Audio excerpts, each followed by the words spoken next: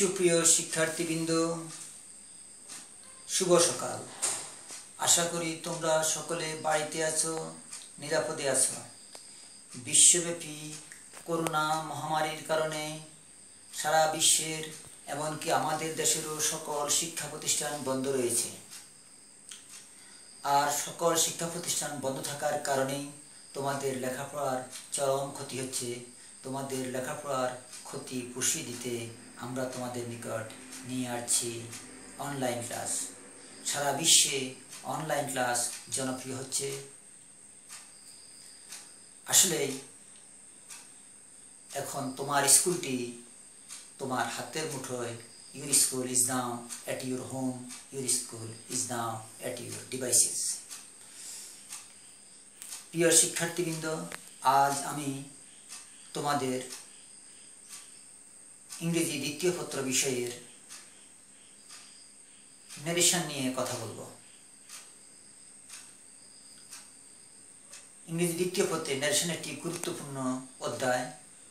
এটি অষ্টম, নবম, দশম, এমনকি একাদশ, দ্বাদশ শ্রেণীর জন্য এটি খুবই গুরুত্বপূর্ণ। তাই আমরা কথা না বাড়িয়ে চলো আমরা কাজে ফিরে যাই।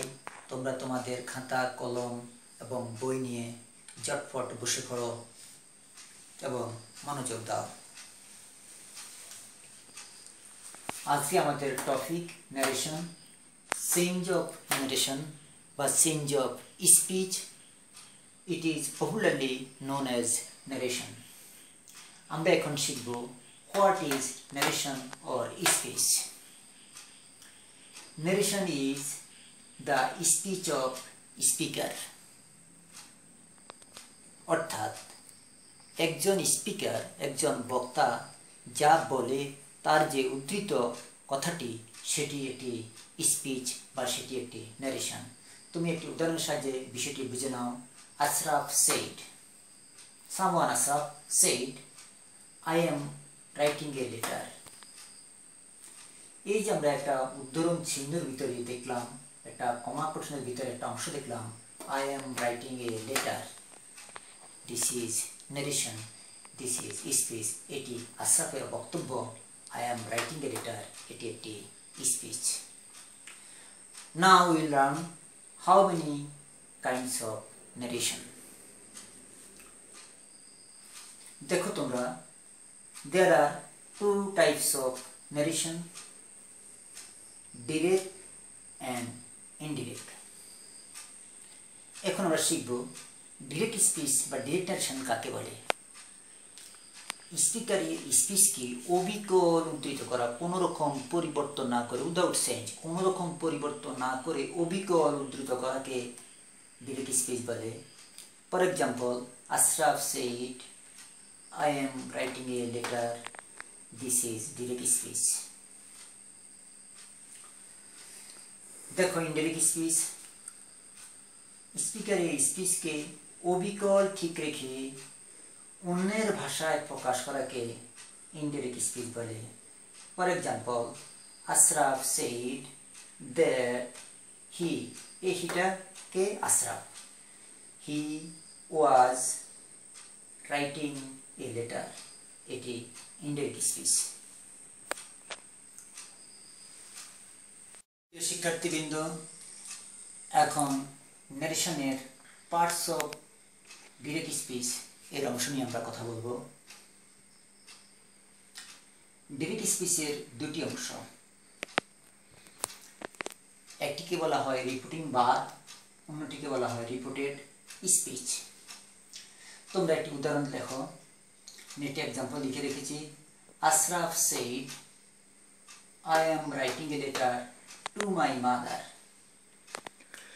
এই যেখানে আমরা লিখলাম Ashraf said, this is reporting verb, and I am writing a letter to my mother, যেটি আশরাফের বক্তব্য, আশরাফের উক্তি, আশরাফের স্পিচ, সেটি রিপোর্টেড স্পিচ। শিক্ষার্থীবৃন্দ, তোমরা মনে রাখবে রিপোর্টেড স্পিচের সকল পরিবর্তন, রিপোর্টেড স্পিচের সাবজেক্ট, অবজেক্ট অর্থাৎ পার্সন এবং টেন্স এর সকল পরিবর্তনগুলো রিপোর্টিং ভার্ব হিসাবে হয়। অর্থাৎ রিপোর্টিং ভার্বটি রিপোর্টেড স্পিচকে মডিফাই করে। ইনডাইরেক্ট স্পিচ আমরা জিনিসটিকে কীভাবে সাজালাম, আমরা বক্তব্যটি কীভাবে সাজালাম দেখো। আশরাফ সেইড দ্যাট হিটাকে ওই আশরাফ, যে আশরাফ এখানে ছিল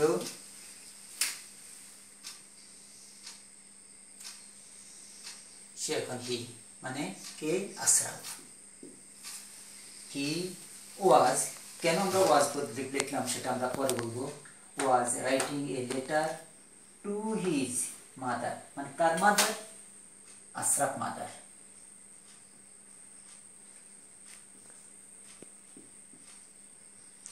আশরাফ মাদার, আশরাফ সেটা কাকে লিখছে? তার মাকে। তাহলে বক্তব্যের কোনো পরিবর্তন হয়নি। রিপোর্টিং ভার্বের সাবজেক্ট এবং অবজেক্ট অনুসারে সেই পরিবর্তনগুলো হয়ে থাকে। সুপ্রিয় শিক্ষার্থীবৃন্দ, এবার তোমরা ন্যারেশনে পার্সন পরিবর্তনের নিয়মগুলো লক্ষ্য করো। রিপোর্টেড স্পিচের ফার্স্ট পার্সন সবসময় রিপোর্টিং ভার্বের সাবজেক্ট অনুসারে পরিবর্তন হয়। তোমরা একটি উদাহরণটা লক্ষ্য করো, আমি একটি উদাহরণ লিখে রেখেছি, সেটা লক্ষ্য করো। ডাইরেক্ট স্পিচে আমরা লিখলাম Hasan shed to me I have done my duty. আমি যখন এই সেন্টেন্সটিকে স্পিচটিকে ইনডাইরেক্ট স্পিচে পরিণত করলাম, Hasan told me that I কাকে বোঝানো হয়েছে? আমরা বলছি রিপোর্টিং ভার্বের সাবজেক্ট, রিপোর্টিং ভার্বের সাবজেক্ট হাসান, তাহলে আই কাকে বুঝাইছে? হাসানকে। হাসানের পরিবর্তে আমরা এখানে লিখলাম হি, আমি এখানে ব্র্যাকেটে হি রেখে এস রেখে রেখেছি যাতে হাসানকে বোঝানো হয়। হ্যাড ডান, এটা প্রেজেন্ট পারফেক্ট টেন্সে আছে, এই জন্য আমরা ফার্স্ট পারফেক্ট টেন্স করলাম, সেটি পরের কথা। My duty, my first person, মানে এখানে আই যা পসেসিভ মাই, যেহেতু এখানে আই এখন কি হয়ে গেল? Turn into he third person, এই জন্য my turn into his third person, অর্থাৎ ফার্স্ট পারসনটা থার্ড পারসনে পরিণত হলো। তাই পুরো সেন্টেন্সটা কি দাঁড়ালো? Hasan told me that he had done his duty. Reported স্পিচের সেকেন্ড পারসন সবসময় রিপোর্টিং ভার্বের অবজেক্ট অনুসারে পরিবর্তন হয়। আমি আবার করছি, রিপোর্টেড স্পিচের সেকেন্ড পারসন সবসময় রিপোর্টিং ভার্বের অবজেক্ট অনুসারে পরিবর্তন হয়। তোমরা এখানে দেখো, রিপোর্টিং ভার্বের অবজেক্ট এখানে কি? মি, সাবজেক্ট রাজু, কিন্তু অবজেক্ট কি? Me. You have broken my glass. আমরা যখন এটিকে ইনডাইরেক্ট স্পিচে করলাম, Raju told me that you কাকে বোঝানো হয়েছে?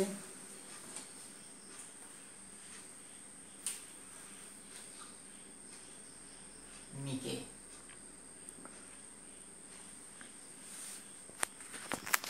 ইউ মিকে বোঝানো হয়েছে, এই জন্য আমরা ইউর পরিবর্তে এখানে লিখলাম আই। তাহলে Raju said to me you have broken my glass. Raju told me that I had broken his glass, মানে রাজুস গ্লাস। তাহলে আমরা বুঝলাম সেকেন্ড পারসন সবসময় রিপোর্টিং ভার্বের অবজেক্ট অনুসারে পরিবর্তন হয়। রিপোর্টেড স্পিচে থার্ড পারসন থাকলে তার কোনো পরিবর্তন হয় না। এখানে আমরা একটা এক্সাম্পলটি লক্ষ্য করো। I said to him he stole his watch। এটিকে যখন আমরা ইনডাইরেক্ট স্পিচ করলাম, I told him that he had stolen his watch। এখানে he এবং his রিপোর্টিং ভার্বের সাবজেক্ট অবজেক্ট কোনোটিকে বোঝায় নাই, যার কারণে তার কোনো পরিবর্তন হয়নি। তো কিভাবে adverb of time, adverb of place, adverb of manner পরিবর্তন হয়। আমি বিষয়টি আগে তোমাদের জন্য লিখে রেখেছি, তোমরা লক্ষ্য করো।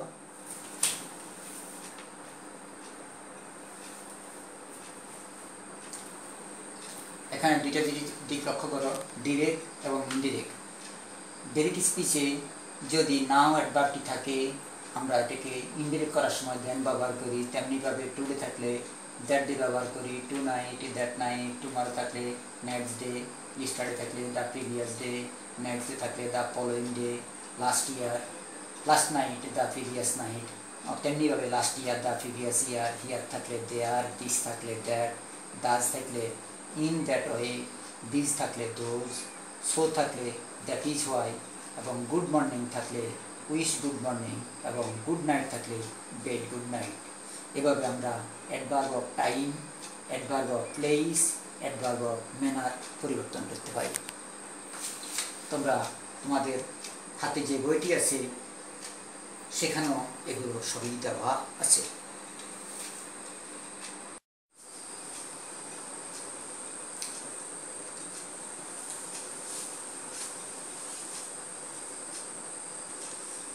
সুপ্রিয় শিক্ষার্থীবৃন্দ, এবার তোমরা লক্ষ্য করো ডিরেক্ট স্পিচকে ইনডিরেক্ট স্পিচে করার সময় যে নিয়মগুলো আমরা অনুসরণ করি।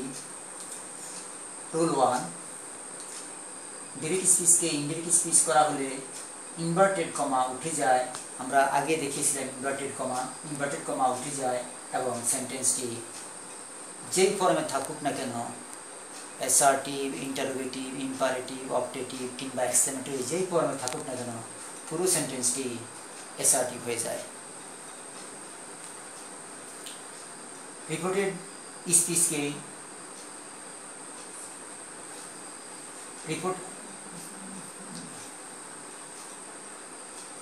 স্পিচকে রিপোর্টিং ভার্বের সাথে যুক্ত করার জন্য সাধারণত আমরা দ্যাট, তোমরা লক্ষ্য করেছ, ইফ, উইদার, টু ব্যবহার করা হয়। এবার তোমরা এক্সাম্পলের সাহায্যে বিষয়টি দেখো। ডিরেক্ট স্পিচ আমরা লিখলাম হি said to me I am writing a letter. Direct speech আমরা লিখলাম, আবার বলছি হি said to me I am writing a letter. আমরা এটিকে যখন ইনডিরেক্ট স্পিচ করলাম, হি টোল্ড মি দ্যাট আই, আমরা আগে দেখেছি আই কাকে বোঝানো হয়েছে, আই যেহেতু ফার্স্ট পারসন, এটা রিপোর্টিং ভার্বের সাবজেক্ট হি, তাকে বোঝানো হয়েছে জন্য তার পরিবর্তন করলাম হি ওয়াজ রাইটিং এ লেটার। কেন ওয়াজ হলো সেটা আমরা পরে বলবো। আবার একটি উদাহরণ দেখো, Rana said to me are you will. আমরা যখন এই সেন্টেন্সটিকে ইনডিরেক্ট স্পিচ করলাম, রানা আস্কড মি, কেন আমরা আস্ক ব্যবহার করলাম সেটি আমরা সেন্টেন্সের হিসেবে পরে বলবো। Rana asked me if I was ill.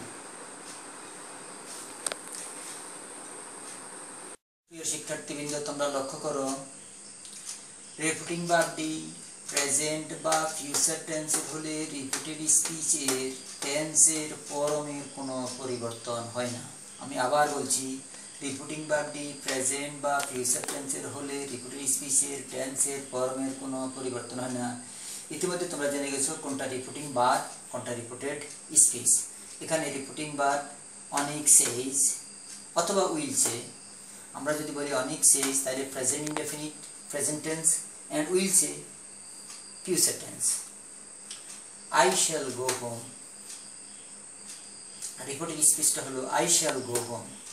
Reporting verb অনেক সেইজ অথবা অনেক will say. I shall go home এটা হলো রিপোর্টিং ভার্ব আর এটা হলো রিপোর্টেড স্পিচ। লক্ষ্য করো, এটি রিপোর্টিং ভার্ব, এটা রিপোর্টেড স্পিচ। এখানে আমার রিপোর্টিং ভার্বটি আছে, যদি আমি সে বলি তাহলে প্রেজেন্ট টেন্স, যদি আমি উইল সে বলি তাহলে ফিউচার টেন্স, তাহলে প্রেজেন্ট বা ফিউচার টেন্স আছে। এবং রিপোর্টিং স্পিচটি আছে আমার আই শ্যাল গো হোম। তোমরা নিশ্চয়ই লক্ষ্য করেছো এখানে শেল আছে, শেলের পরে গো আছে, তাহলে এটা future tense, subject I.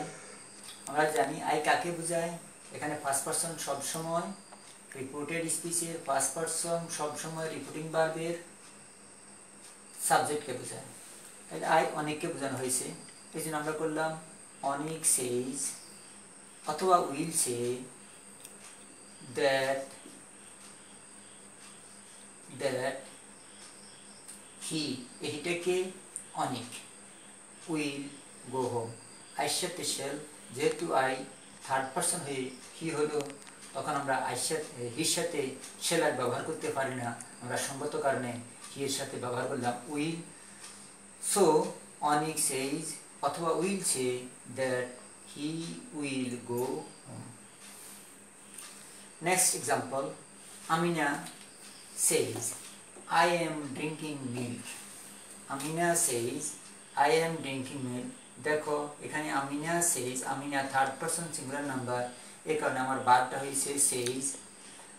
I am drinking milk, এটি আছে প্রেজেন্ট কন্টিনিউয়াস টেন্সে, রিপোর্টিং ভার্ব আছে প্রেজেন্ট টেন্সে, রিপোর্টেড স্পিচে রয়েছে আমার প্রেজেন্ট কন্টিনিউয়াস টেন্সে। এখন এটিকে আমি যখন পরিবর্তন করলাম, ইনডাইরেক্ট স্পিচ করলাম, আমিনা সেইজ দ্যাট, আই কাকে বোঝানো হয়েছে? আমিনাকে। এই যে নামটা ব্যবহার করলাম শি,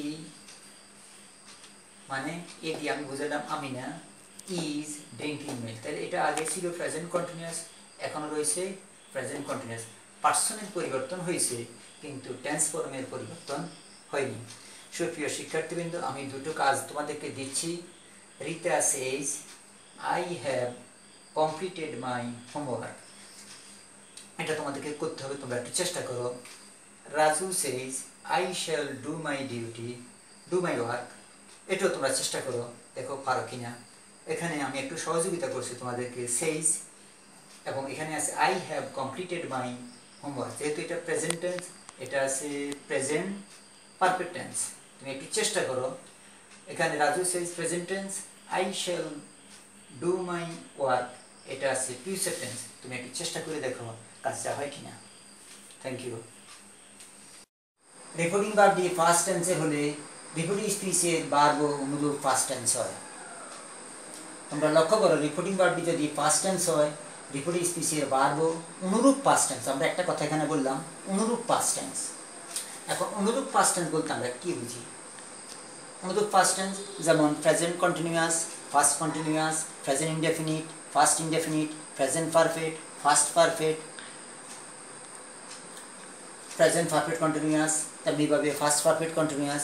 এইভাবে শ্যাল উইল থাকলে সেগুলোকে আমরা শুড, উড, ক্যান, কুড এভাবে করে। দিকে দেখো, হাসান সেড টু মি, এটি ফার্স্ট টেন্সে আছে, রিপোর্টিং ভার্বটি আমার ফার্স্ট টেন্সে আছে, Hasan shed to me. I shall go home, I shall go home, এটি আছে আমার ফিউচার ইনডেফিনিট টেন্সে। আমি যেহেতু এটাকে অনুরূপ পাস্ট টেন্স করতে হবে, আমি কি করলাম? Hasan told me that, I আগে আমি বলেছি, আই কাকে বোঝাবে? রিপোর্টিং ভার্বের সাবজেক্টকে। তাহলে রিপোর্টিং ভার্বের সাবজেক্ট হাসান, এই জন্য আইয়ের পরিবর্তে আমরা এখানে লিখলাম হি, হি মানে হাসান। তাহলে Hasan told me that he would, আইয়ের সাথে শ্যাল, হি এর সাথে নিচে হবে উইল, উইলের first tense would, go home. Next example, he said to me, I have taken my breakfast. এখানে ভার্বটি আছে said এবং I have taken my breakfast। যেহেতু রিপোর্টিং ভার্ব ফার্স্ট টেন্সে, I have taken my breakfast, তোমরা বলো তো এটি কোন টেন্সে আছে? নিশ্চয়ই এটি প্রেজেন্ট পারফেক্ট টেন্সে আছে, I have taken my breakfast। আমরা যখন এটিকে ইনডাইরেক্ট স্পিচে করলাম, তাহলে he told me that, যেহেতু I হিকে বোঝানো হয়েছে এই জন্য আমরা ব্যবহার করলাম হি। হ্যাভ এর ফার্স্ট টেন্স হ্যাড, অনুরূপভাবে টেকেন, টেকেন। মাই এর পরিবর্তে, মাই যেহেতু থার্ড ফার্স্ট পারসন, আমরা সেটাকে পরিণত করলাম থার্ড পারসন অ্যান্ড ব্রেকফাস্ট। তাহলে he told me that he had taken his breakfast. শিক্ষার্থীবৃন্দ, আমি একটি কাজ দিচ্ছি। Hena said to Hasan, I am drinking milk, এটি আমি তোমাদেরকে একটু সহায়তা করছি। হাসান সেড ফার্স্ট টেন্সে আছে, আই এম ড্রিঙ্কিং মিল্ক যেহেতু এটি প্রেজেন্ট কন্টিনিউয়াস টেন্সে আছে, তাহলে তোমরা কি করবে? তোমরা নিজেরা একটু চেষ্টা করো। রুল 5 নিয়ে আমরা আলোচনা করছি। রিপোর্টিং ভার্বটি ফার্স্ট টেন্সে হলে এবং রিপোর্টেড স্পিচটি যদি যথাক্রমে ফার্স্ট ইনডেফিনিট বা ফার্স্ট কন্টিনিউয়াস টেন্সের হয়, ইনডাইরেক্ট স্পিচে উহারা যথাক্রমে, অর্থাৎ ফার্স্ট ইনডেফিনিটটা করসপন্ডিং ফার্স্ট পারফেক্ট এবং ফার্স্ট কন্টিনিউয়াসটি ফার্স্ট পারফেক্ট কন্টিনিউয়াসে পরিবর্তন হবে। অর্থাৎ ফার্স্ট ইনডেফিনিট 1 নাম্বার, এটা চলে যাবে 3 নাম্বার, অর্থাৎ ইনডেফিনিট 1 এটা চলে যাবে 3, এবং 2 নাম্বার পাস্ট কন্টিনিউয়াস, এটা চলে যাবে 4 নাম্বার পাস্ট পারফেক্ট কন্টিনিউয়াস। শিক্ষার্থীবৃন্দ লক্ষ্য করো, পাস্ট ইনডেফিনিট 1 নাম্বার, এটা চলে যাবে 3 number past perfect. Past continuous চলে যাবে পাস্ট পারফেক্ট কন্টিনিউয়াস। এক্সাম্পলটি লেখো, he said to me I wrote a letter to my friend. He said to me, এটা কোন টেন্সে আছে? নিশ্চয়ই ফার্স্ট টেন্সে। I wrote a letter to my friend, এটিও আছে আমাদের first indefinite tense. Wrote write ভার্বের ফার্স্ট ফর্ম রোট, তাহলে এটি ফার্স্ট ইনডেফিনিট টেন্সে আছে। আমরা এটিকে যখন ইনডাইরেক্ট স্পিচে পরিণত করলাম, হি টোল্ড মি দ্যাট, আই যেহেতু ফার্স্ট পারসন এটা হয়ে যাবে থার্ড পারসন। হি রোট, তাকে যখন আমরা ফার্স্ট পারফেক্ট টেন্স করব তখন এটি হয়ে গেল হ্যাড, অর্থাৎ ফার্স্ট পারফেক্টের অক্সিলারি ভার্ব হ্যাড এবং রোটের পার্টিসিপল রিটেন। যেমন আমরা বলি রাইট, রোট, রিটেন, এইগুলো আমরা ব্যবহার করলাম। Had written a letter, my first person, তার পরিবর্তে থার্ড পারসন হিজ ফ্রেন্ড। অনুরূপভাবে হি said to me I was writing a letter to my friend, এটিকে আমি আগে রেফারেন্সে ব্যবহার করলাম, I was writing a letter. তুমি লক্ষ্য করো এখানে আই ওয়াজ রাইটিং, নিশ্চয়ই এটি ফার্স্ট কন্টিনিউয়াস টেন্স আছে, তাই না? এটি আছে first continuous tense, I was writing a letter to my friend. আমরা এটাকে যেহেতু 2 নম্বর ফার্স্ট কন্টিনিউয়াস, তোমরা লক্ষ্য করো ফার্স্ট কন্টিনিউয়াস চলে যাবে ফার্স্ট পারফেক্ট কন্টিনিউয়াসে, তখন আমরা ব্যবহার করলাম হি told me that, I first person, তার পরিবর্তে third person he was writing, নিশ্চয়ই এটি ফার্স্ট কন্টিনিউয়াস, আমরা করলাম first perfect continuous. First perfect এর অক্সিলারি ভার্ব হ্যাড কন্টিনিউয়াস করার জন্য আমরা ওয়াজ এর পার্টিসিপল বিন এবং তার সাথে রাইটিং ভার্বটি দিলাম। He had been writing a letter to his friend. তাহলে পুরো সেন্টেন্সটি আমার দাঁড়ালো, he told me that he had been writing a letter to his friend. শিক্ষার্থীবৃন্দ, আমি দুটো কাজ দিচ্ছি, তোমরা একটু প্র্যাকটিস করো।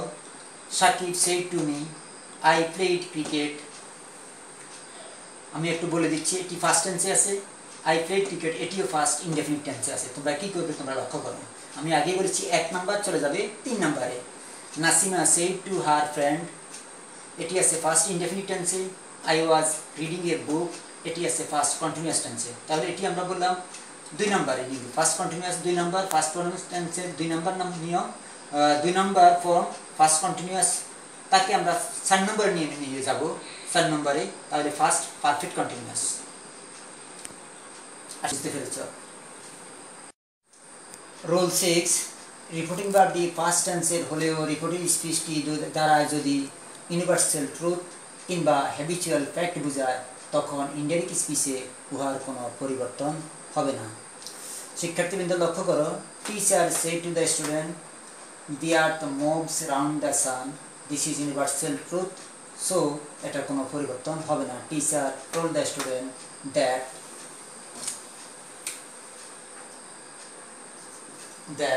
the earth moves round the sun. তেমনিভাবে doctor said physical exercise is good for health. Doctor said that physical exercise is good for health.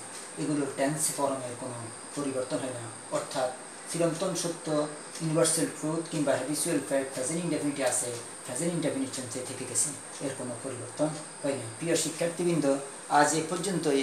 আমরা আগামী ক্লাসে আমরা সেন্টেন্স ভিত্তিক ন্যারেশনের কাজগুলো করব। আশা করি তোমরা সঙ্গে থাকবে।